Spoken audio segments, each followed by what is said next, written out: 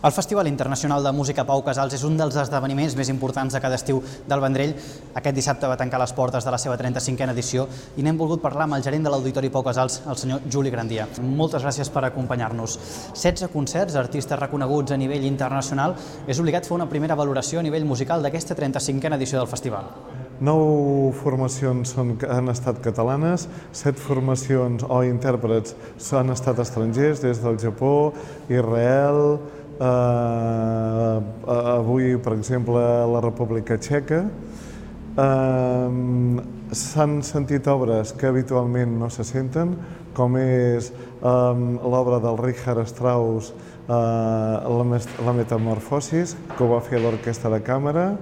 També voldria destacar l'obra del Josep Vila de cor, la Santos Messiah per doble cor, que ho va fer el Cor Líder Càmera, com he dit. I després, no sé, per destacar la qüestió de l'ensemble Meridien, la simbiosi, la barreja, la complicitat entre jazz i clàssica. I, evidentment, l'actuació dels 4 xelistes, l'Amit Pelet, amb el violoncel de Pau Casals, el Pablo Fernández, amb la Camerata 21, el concert inaugural amb el Ko Iwasaki i fa pocs dies, que va ser un èxit total, a l'Armeni, el Narek Hakanarjan. De tots aquests concerts, el més rellevant pel seu significat va ser el d'Amit Pelet. Imagino que contents per haver pogut portar una altra vegada el violoncel de Pau Casals al Vendrell. Jo crec que va respondre a totes les expectatives que es podien fer. La cosa emotiva de tenir aquí el violoncel de Pau Casals, el que ell va explicar dient que en aquell violoncel es coneixien les traces o la utilització de Pau Casals, el que estava més desgastat, el que va interpretar reproduint el mateix programa que feia 100 anys que havia fet l'Amit Pelet, Pau Casals als Estats Units, i l'excel·lent interpretació que em va fer. Jo crec que marca un camí de que cada vegada que la Fundació Pau Casals, que la Marta Casals deixi el violoncel, pugui estar aquí a l'Auditori Pau Casals en ple Festival Internacional de Música Pau Casals. Un altre aspecte important a valorar és l'assistència de públic. Entorn a quines xifres es mou aquesta 35a edició? L'assistència de públic, a veure, anem recuperant des del 2011-2012 que havíem baixat, anem recuperant, però potser no amb la rapidesa que voldríem.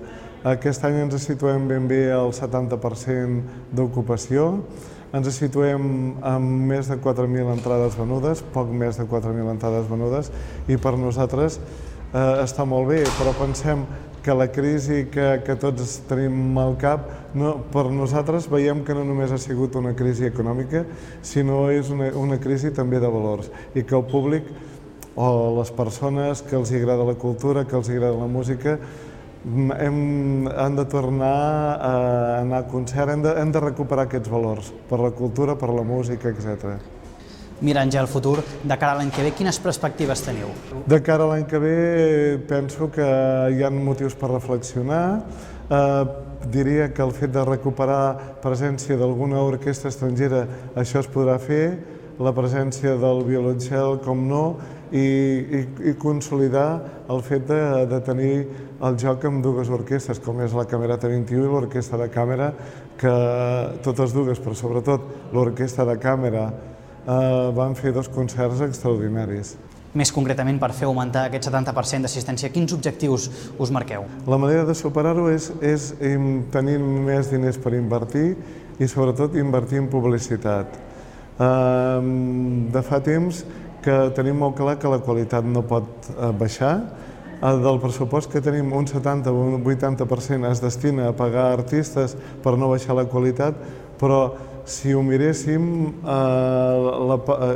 mirant xifres, la part més fluixa i la part que potser ens costa més és la de publicitat.